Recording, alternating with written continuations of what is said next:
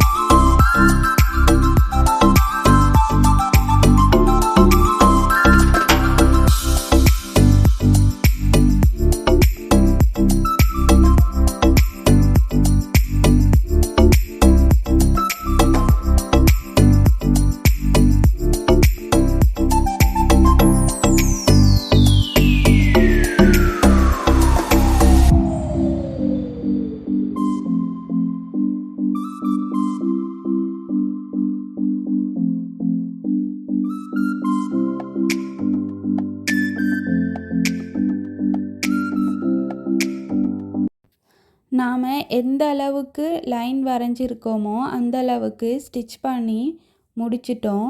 இனி எண்ணாட் போட்டு ஃபினிஷ் பண்ணிடுவோம். அடுத்து சில்க் த்ரெட்டில் எப்படி ஸ்டிச் பண்ணுறதுன்னு பார்ப்போம். அதுக்கும் இந்த மாதிரி 2 லைன் கீறிக்குவோம். இனி சில்க் த்ரெட்டில் எப்படி ஸ்டிச் பண்ணுறதுன்னு பார்ப்போம். இரண்டாவது லைன்லேருந்து ஸ்டார்ட் பண்ணி த்ரெட்டை கீழேருந்து மேலே இழுத்துட்டு முதலாவது லைனுக்கு சரிவாக கொண்டு போய் ஒரு செயின் ஸ்டிச் போட்டு த்ரெட்டை பின்பக்கமாக கொண்டு வந்து ஒரு சின்ன செயின் ஸ்டிச் போடணும். அப்படியே த்ரெட்டை கீழ்ப்பக்கமாக சரிவாக ரெண்டாவது லைனுக்கு கொண்டு வந்து ஒரு செயின் ஸ்டிச் போட்டு அது பக்கத்தில் ஒரு சின்ன செயின் ஸ்டிச் போடணும்.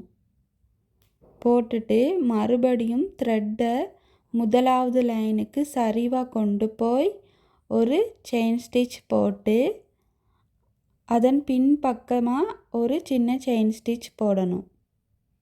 இதே மெத்தடில் தான் தொடர்ந்து ஸ்டிச் பண்ணணும். சில்க் த்ரெட்டில் ஸ்டிச் பண்ணும்போது ரொம்பவே பொறுமையாக ஸ்மூத்தாக ஸ்டிச் பண்ணுங்கள். சில்க் த்ரெட்டில் ரொம்ப டைட்டாக இழுக்கக்கூடாது. ஸ்டிச் பண்ணும்போது த்ரெட்டை டபுள் த்ரெட்டாகவே தான் எடுத்து ஸ்டிச் போடணும்.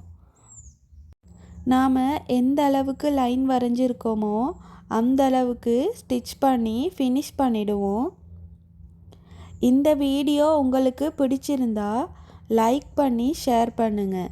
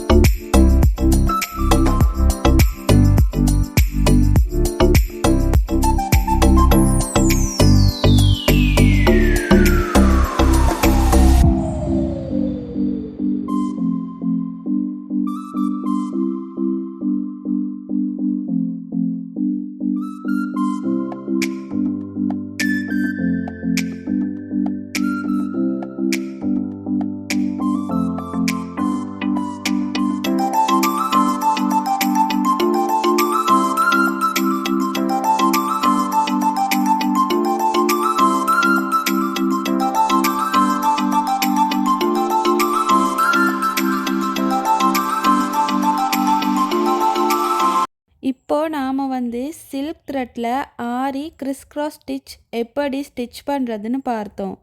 அடுத்த வீடியோவில் வீட் ஸ்டிச்சிங் எப்படி ஸ்டிச் பண்ணுறதுன்னு பார்ப்போம். மறந்துடாமல் சப்ஸ்கிரைப் பண்ணி பெல் ஐக்கானையும் கிளிக் பண்ணுங்கள். அப்போ தான் அடுத்தடுத்த வீடியோக்கள் வரும். தேங்க்யூ.